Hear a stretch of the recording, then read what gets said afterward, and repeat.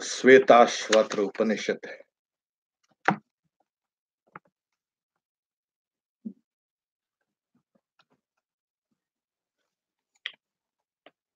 We're on the fourth chapter and the fifth verse.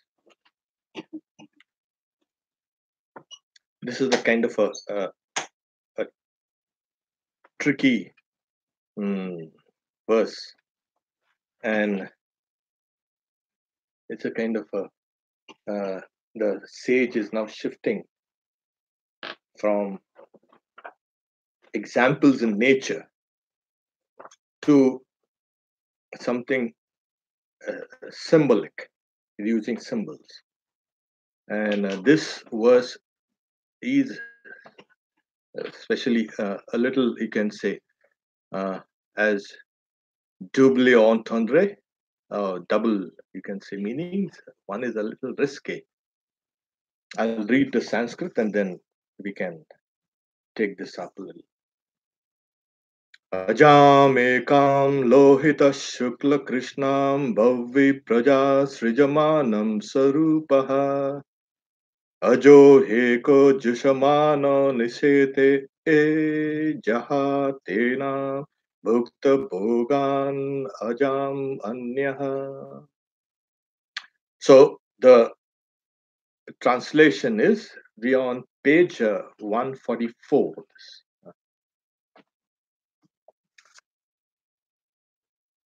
One he-goat, the birthless individual soul, indeed, while enjoying, sleeps with one she-goat, the birthless nature, which has red, white, and black colors, and which gives birth to many offsprings of its own kind. Another he-goat, that is individual soul, leaves her when she has been enjoyed. Now, many people, especially these commentators, they have translated like, it's like, Sanskrit is a little tricky language.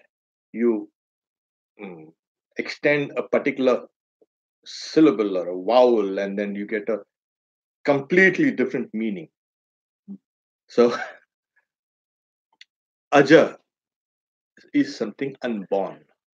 Ja is to be born, and aja is that which is unborn. And when you elongate it, aja, it becomes an female form of unborn. So aja is male, aja is the feminine. This has been a kind of a bone of contention between two sets of philosophies. Both are ancient. One is the Sankhya philosophy. That's a very ancient philosophy. And another is the Vedanta. Max Muller, well, commenting on this, is saying, yeah, it clearly shows that it is this typical Sankhya philosophy. The Sankhya philosophy briefly is, there is one nature, it's called Prakriti. And there are innumerable souls. Okay. Now, how does they both get conjoined? They give a kind of an illustration of, there's a mirror, and if you take a red flower, the mirror sometimes thinks, I'm a red flower. And you take a blue flower, and the mirror keeps on thinking, I'm a blue flower. It's actually just a proximity, and there's a kind of an error in perception. It does not recognize itself as I am pure, I am clear, I stand alone, I don't need anything. Something gets reflected in me, I get identified with it. This is exactly what happens with souls when nature throws its beautiful forms and colors and taste and smells and the works, and we get identified with those things. At one point of time, you detach yourself. How does that come about? Through knowledge. And that's why in the Sankhya philosophy, it is called isolation, Kaivalya. The soul then understands that it was always alone. Then why did nature come about and show all this kind of variety? Nature has two purposes: one, to educate the soul, and the second, to release it. It's like I'm sitting here and this is a book, and we turn page after page. Nature is like that book. We read through it. You have to go through it, but otherwise, the soul will not get educated. Really. But then Vedanta comes in. What rubbish? Why did the whole thing commence in the first place? Yeah. Why does a soul need to get educated? If you call that soul as pure and perfect and holy and infinite and blissful, what need was this education? I think there was an old song, "We don't need no education." I remember. So, we don't need no education. Why this is nature? So, Vedanta says that what happens is this soul gets so enmeshed with its individuality, it forgets its universality. And nature comes and starts trying to wake you up. Wake up. What are you thinking? Thinking you're a human being, you're an American, you're a this and you're that, and well, you are infinite. And that's the work of nature. So the difference between Sankhya and Vedanta is the Sankhya philosophy has got many individual souls. It has one unit nature and has many individual souls. Obviously, it's a common sense view of things. Now, we all have individual souls. Vedanta comes and says, no, you cannot have many individual souls. For the simple fact is, one soul will limit the other. If you call this soul infinite and this soul infinite and this soul infinite, how can infinity divide itself into all these things? And they say it has divided apparently, not really. So we are all that infinite soul, the whole of it. But what about the individualities? That will be taken care of in the next, you can say, uh, verse, next two verses. But here also we get a glimpse of one birthless individual soul. Yes, bodies are born, not the souls. The souls come and inhabit bodies. Why? It's working out some of its imaginations. Maybe I wanted to have a chocolate ice cream. Just I generally give this chocolate ice cream. I'm working that out.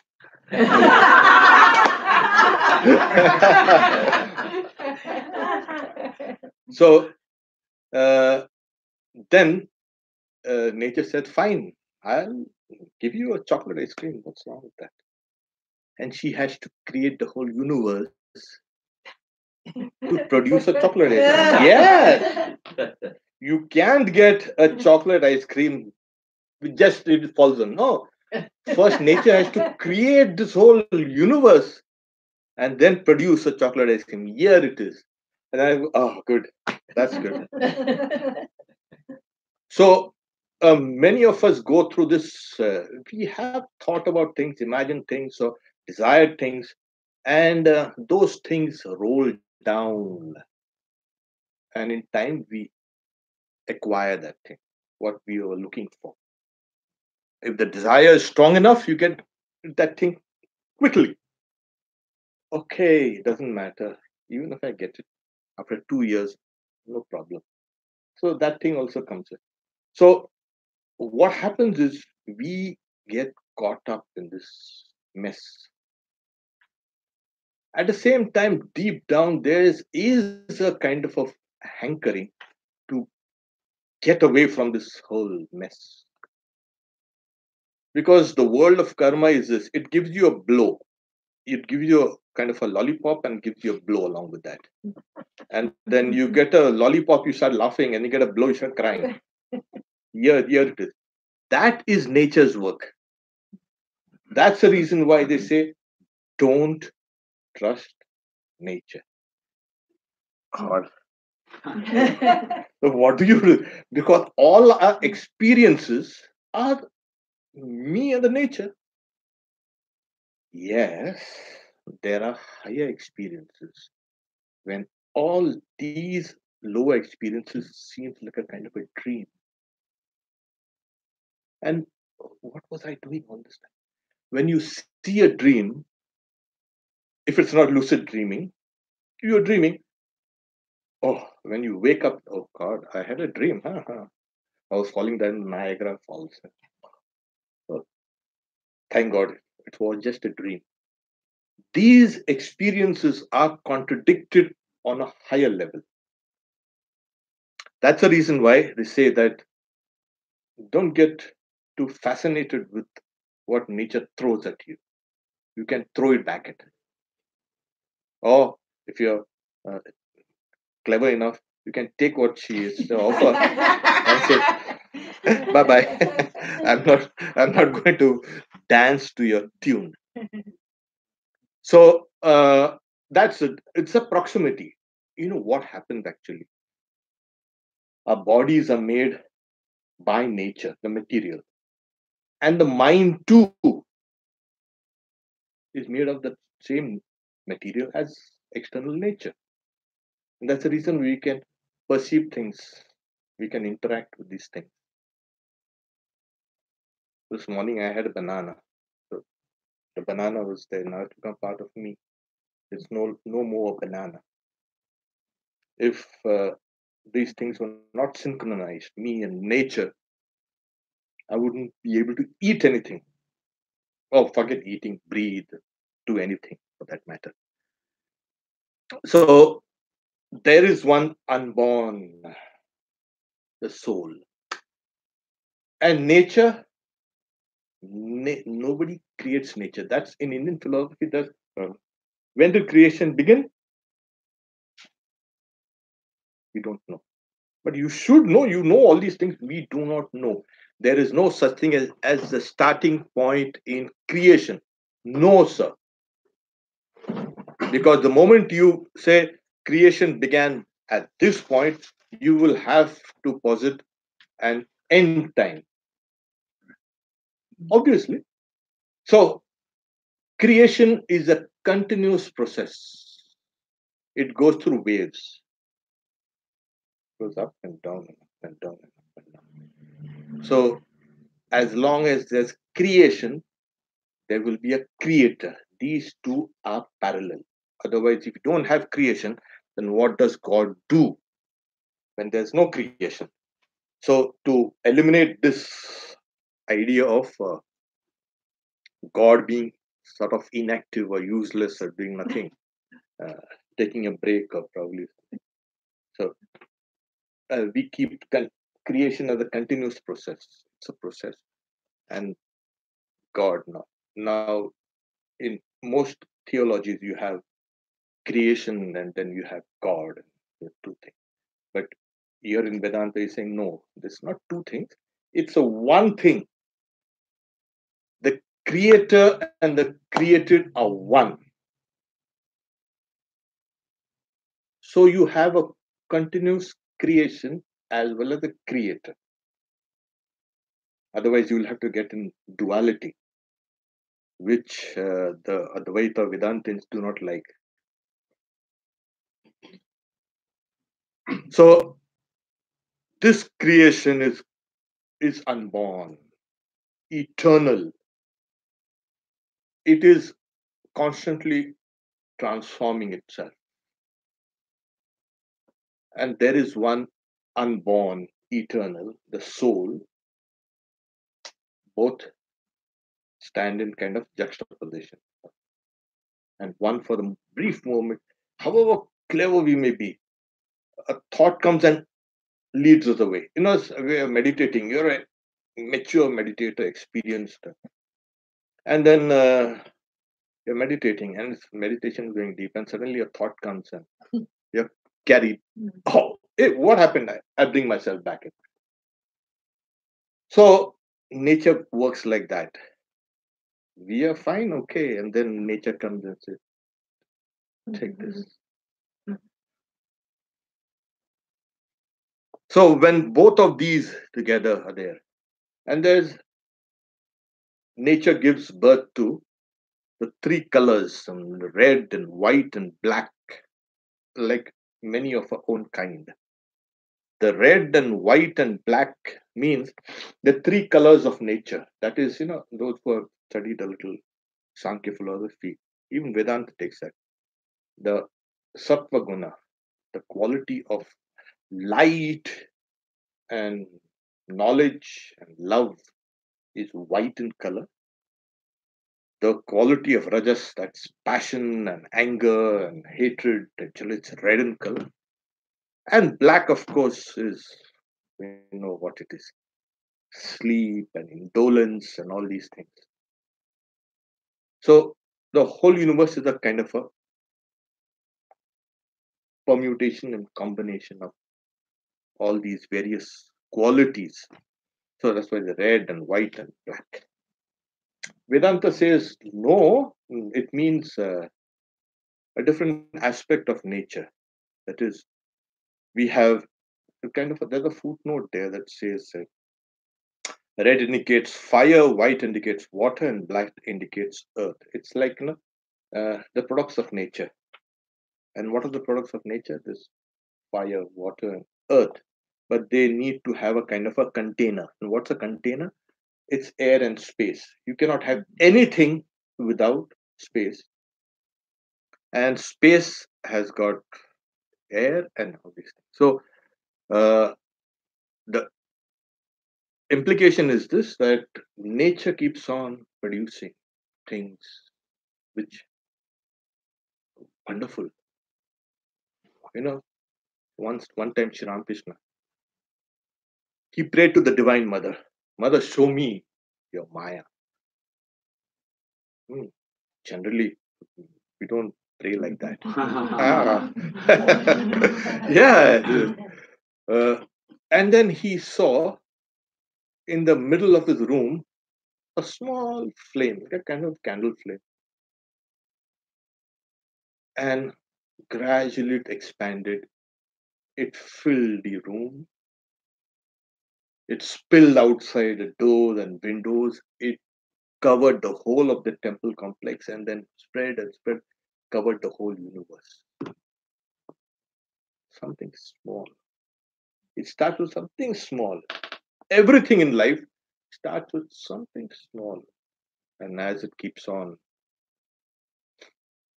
adding and subtracting and expanding, you have. So this nature is like that. Something like the whole tree is in that seed.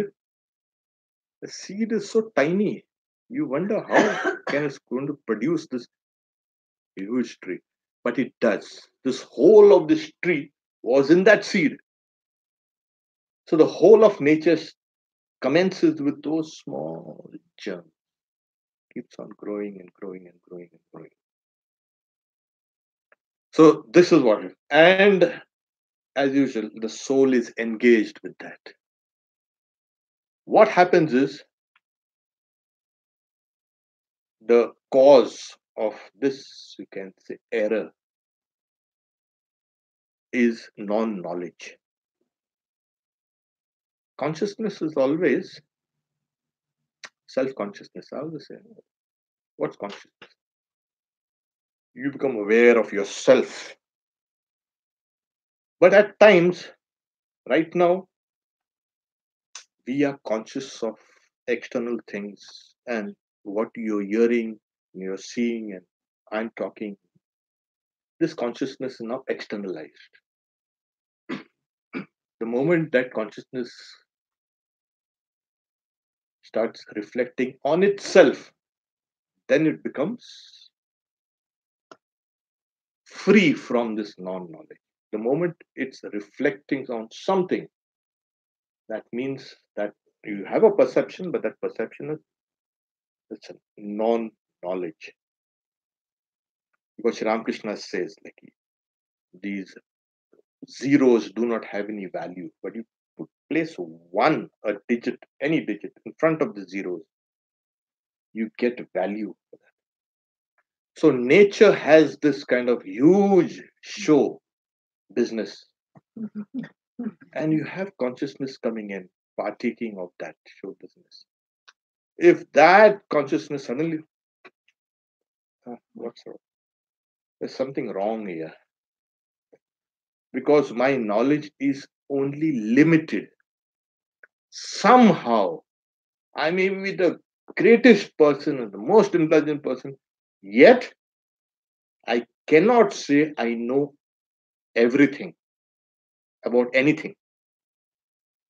Can anybody say I know everything about this book or this table or this computer? There will always be something left, and that person will strive and forget more knowledge. And the more you pursue knowledge, it's like ignorance, it's always, it's also increasing. The more you know about the less and less you become. And then you start becoming humble about your knowledge. And that is the starting point. And as that humility comes in, yeah, I need to understand that, like the Bhagavad Gita says, ignorance is always or non knowledge. Elizabeth does not like the word ignorance. Oh, what? What is the beginning? You just said that's the starting point. I didn't get that. What is the starting point? It starts with something small, very small. In what form? Take, for example, the Big Bang. What was that? If there was a Big Bang. But for all, you can say, practical purposes, what observations that we have today points out to that. It was just a kind of a quantum fluctuation. There wasn't a bang, boom, and the whole thing expanded. What actually expanded? That's not what I'm saying. You said our awareness starts. So that starting point. Yes, Humility is that what you said? yes. As you keep on trying to pursue sensory knowledge, you find that there will always be something that is beyond your knowledge. Nobody can ever say that I know everything about a grain of sand. If you study a grain of sand, as Swami Vivekananda says, you can understand the whole universe. Yes, because the microcosm and the macrocosm are built on the same plan. So you don't need to study the universe. You study a grain of sand. Take that and start studying. You'll understand the whole universe. Study an atom. Study a subatom. And yet you will come to the conclusion, I do not know everything about the atom or subatom or whatever. There will always be a kind of a screen hiding you. So at one point of time, that knowledge gets reflected back on the soul. And the soul then understands this is inadequate. This knowledge will not lead me to what I seek. See, it's embedded in everyone, this idea of freedom. however bad or low or unkind a person might be, even in that person, there is that desire for freedom. It's a, it's a soul reflecting on that mind. And that's why we call it, there's something called a free will and this and that. There is no such thing as free will. We call it, yeah, there is something called will, but there's no free will. So we say there's nothing free in this universe. Everything is interdependent. The moment you have everything interdependent, it's bound. So there's no free lunch. There's no free dinner. There's no free will. So after the soul has gone through certain experiences, it breaks certain illusions about itself, about its identity, about nature, and then it understands and uh, gets away from nature. That is called liberation, salvation. Not salvation, liberation. Nobody saves you. You save yourself. Like, there's a SOS going on. Here, every soul is sending a kind of a SOS. Ah, save me. Nobody is listening to it.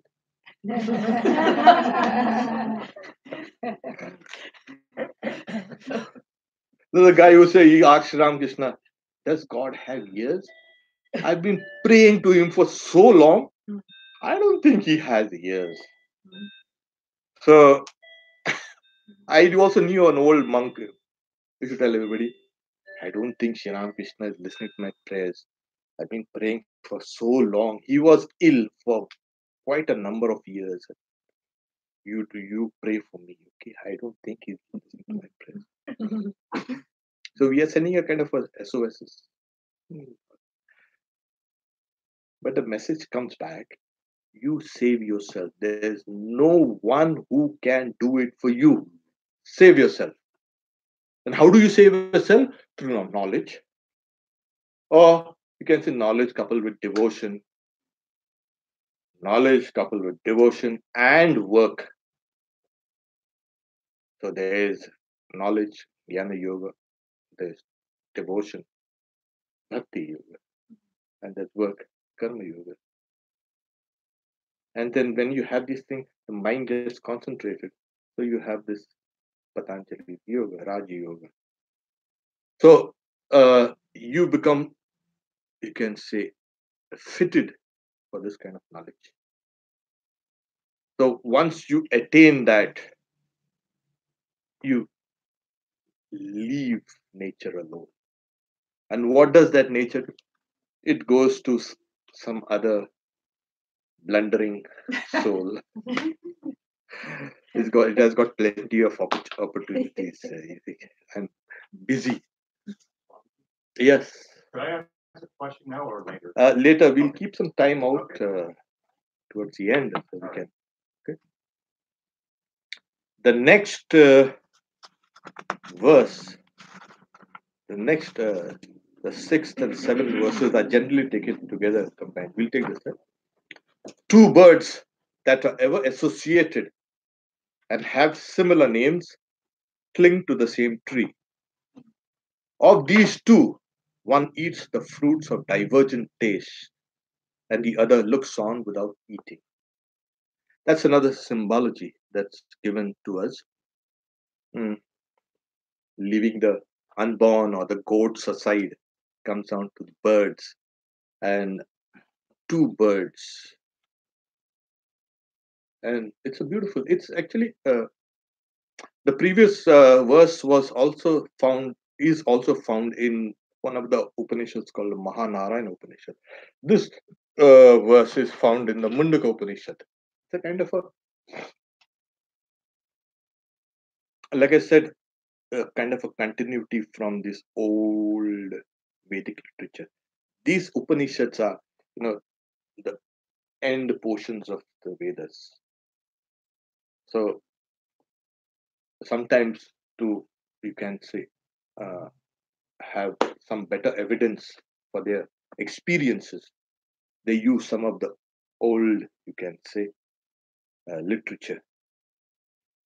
So here it is, two birds are ever associated and have similar names. Here, this is cling to the same tree. The tree is the body. The two birds are the souls. Do we have two souls? No, you have one soul. And it's like uh, everything, every material object gives off a kind of a shadow. When that soul enters the body, kind of throws a shadow, and that shadow becomes a kind of another bird. So, because in the other Upanishad, Chaya Tapo, they say one is bright and another is kind of. There's a there was a long time ago there was a Swami, in these days we still have, of course, many of them itinerant monks. He was traversing down North India, and then he sees a young mother trying to pacify a child. The child is running about trying to catch its shadow. So, and the mother is trying to see, you can't catch a shadow. No, I want to catch my shadow. I want to catch my shadow. Running about and weeping. So that monk comes and saying, he calls the child, come here. Do you want to catch a shadow? Yes. Will you do exactly what I do? Yeah. Okay. So the boy stood with the sun at the back and he said, the shadow. You, you, how do you catch a shadow? I like, no, you don't. Now you hold it. There you do. Yeah. And she held, placed her hand, palm on her head. Ah, there I've caught my shadow. So something like this. You how do you catch your shadow self?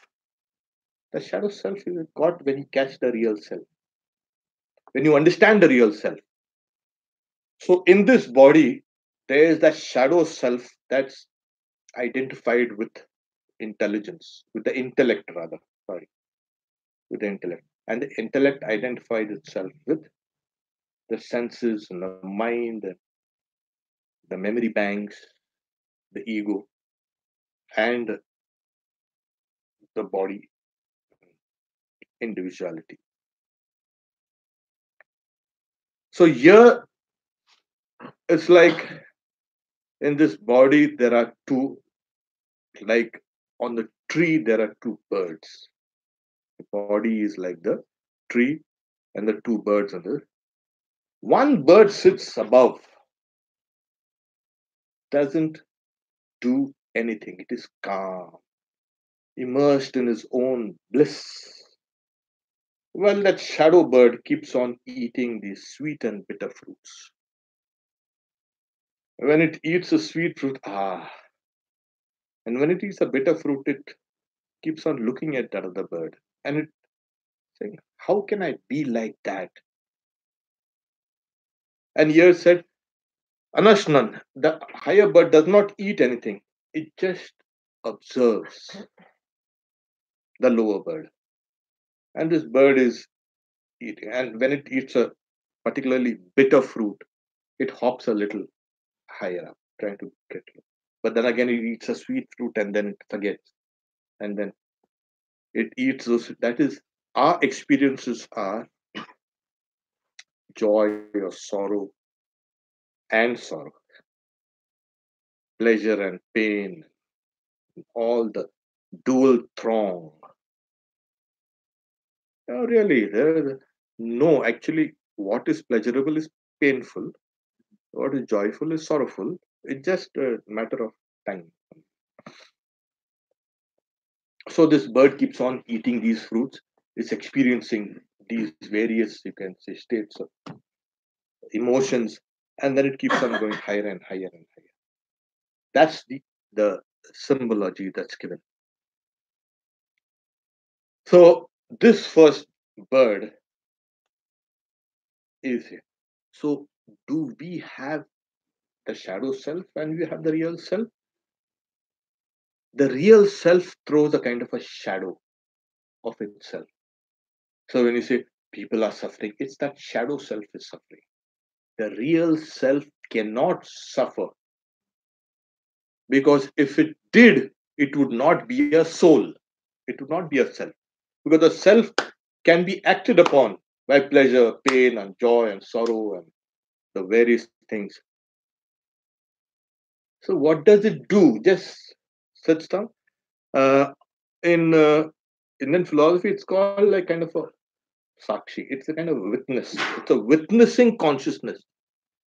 Like we are all here at the same time. We can, if you want, detach ourselves and see ourselves sitting here. We have each one of us has that power of detach.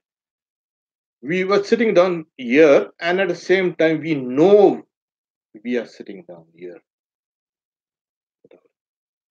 So, the same way, that consciousness, witness consciousness, it's called a sakshi.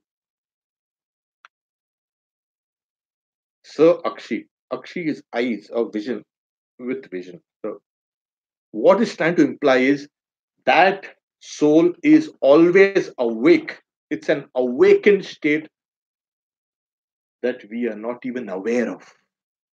The soul, by its nature, as the commentator says, it's always eternal, pure, unlimited, or infinite. Nitya, Shuddha, Buddha, Mukta, and always free. So consciousness cannot have, like, we have the states of waking and we have the dream and the deep sleep. So these are states of consciousness. But there is a kind of a witnessing consciousness that is detached from these three states. Because, like I said, otherwise that consciousness would be kind of undergoing modifications, which nobody would like. If you would like to go to heaven and saying, yes, I like to go to heaven, but you were told after 1,000 years, probably that heaven will come to an end, then who wants to go there? Huh. But then everything that has name and form will keep on modifying. And at one point of time, it's going to end. All those heavenly pleasures, you drink nectar, dance, and listen to music, and all, it's going to end. Then what? Yes, then what? So the Upanishad said, don't go for the ephemeral, don't go for the temporary, go for the permanent. And the soul is that permanent entity here. Because if you want to know the truth, or know God, or know the reality of being, consciousness, you're not supposed to go to heaven. You're not supposed to go to a temple or church or a mosque or you can synagogue or a kind of a gurudwara. No. Where do I need to go? You need, yes, exactly. You need to go within and see that soul.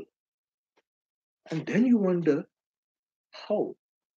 Kind of a paradox. There is something called the soul is eternal. At the same time, it is enmeshed in the finite. How? How? Yes, that's a paradox, and that's called Maya. Yeah.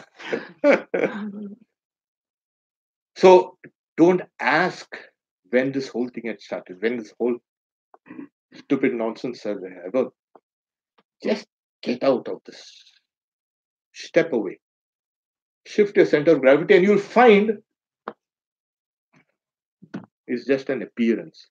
This whole nature was just a kind of an appearance. Mother, don't go there in that dark. There's a bogeyman there. And the child keeps on believing that. One day it goes there and finds no bogeyman. It's not that you say, oh, mother was lying. Mother was trying to protect. Hmm. You might get mugged. So we had taken recourse to finite knowledge to arrive at a point. Even the practice of meditation, they say, is superfluous. But they say there is something called knowledge Maya pushing the non-knowledge Maya, Vidya Maya and Avidya Maya. So meditation, prayers, fasting, whatever we like to do, is nothing but pushing the other cloud away. And as the other cloud goes away, there you find. Like Sri Ramakrishna says, you're walking in the forest and then uh, a thorn enters your foot. What do? You take another thorn which has fallen down, you pull the first thorn out and probe both because both of them are thorns after all. So mm, you take recourse to a particular system of philosophy or practice, and then you keep on going, and then it's beyond all these things. So that's the reason why it said two birds that were associated. And yeah, it's like, Sakaya, they're good friends, they're friends. And on that same tree. Why on the same tree? Yes, because uh, obviously you need to have this. Because if you don't show that a person, that person is perfect, there's this idea of perfection within us. And yet at the same time, we know how woefully inadequate we are when we try to do something or say something or be something. There's that. So you have a kind of a shadow self, like what you would say, like Carl Jung would say, like you need to integrate that shadow self within from a different standpoint. But as the bird keeps on hopping higher and higher and higher, as Vivekananda said, it sees that brilliance, that blissfulness being reflected on him, on the other lower bird. The lower bird, and as that lower bird keeps on going closer and closer and closer, it merges in the higher bird. Then it realizes I was that higher bird all the time. Yes, that is the realization. I am that truth. I am that consciousness. I am that being. So, what was I experiencing here? It's a long story, but it has ended on a good note.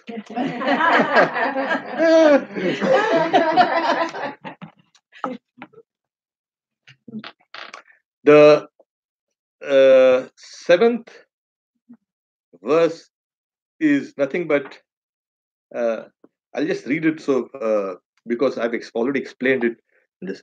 On the same tree, the individual soul remains drowned, that is, entangled, as it were. That's important, as it were. And so, being deluded, it mourns because of its importance. When it realizes the other, the adorable Lord, and his glory, then it becomes liberated from sorrow. So, here it's going. But what about his personal God? Where does this personal God equation come in? Vedanta dismisses that personal God business in the sense of you see, because we are conditioned to think as bodies, we want God also to be like us. And I often give the thing that if a cow was, spiritual, you have something like a holy cow. A holy cow.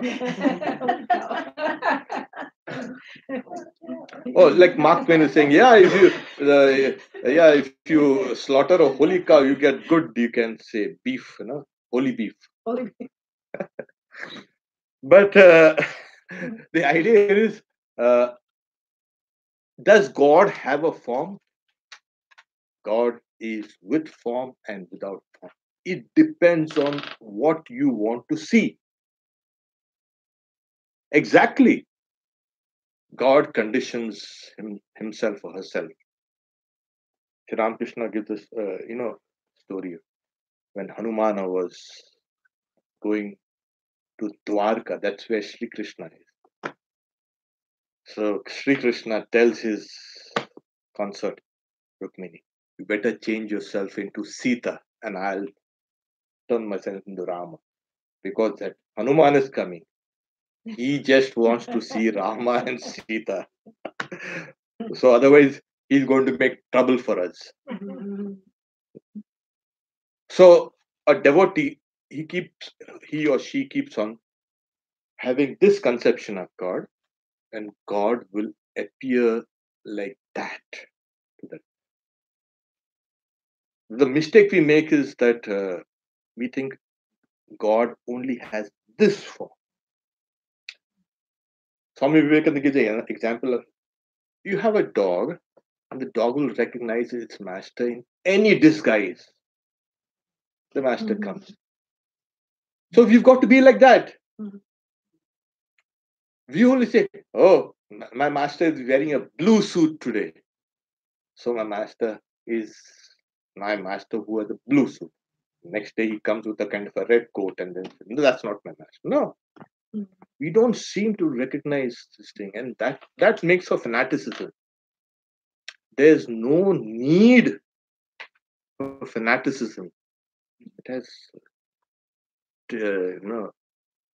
engaged us for all these years, thousands of years, rather, by years.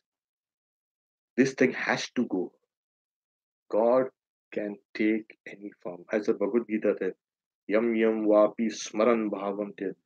Like you keep on thinking of God like this in a particular form and name, that divinity will approach you also with that name and form. And later on, you'll find that God is beyond names and beyond forms. So here is saying, after this person, after the soul recognizes itself, that's the whole Vedanta. Just recognize yourself. You hammer it into your brain. I am that soul, that's pure, eternal, and unlimited, and I don't need anything else. Then a thought comes, no, let's have a kind of a chocolate ice cream. And you bang that thought again. And it comes again. It's nothing but a sort of constant remembrance. Vedanta says, do nothing but just try to remember what you are and who you are. Is that all? Yes, that's all. So we'll stop here for now.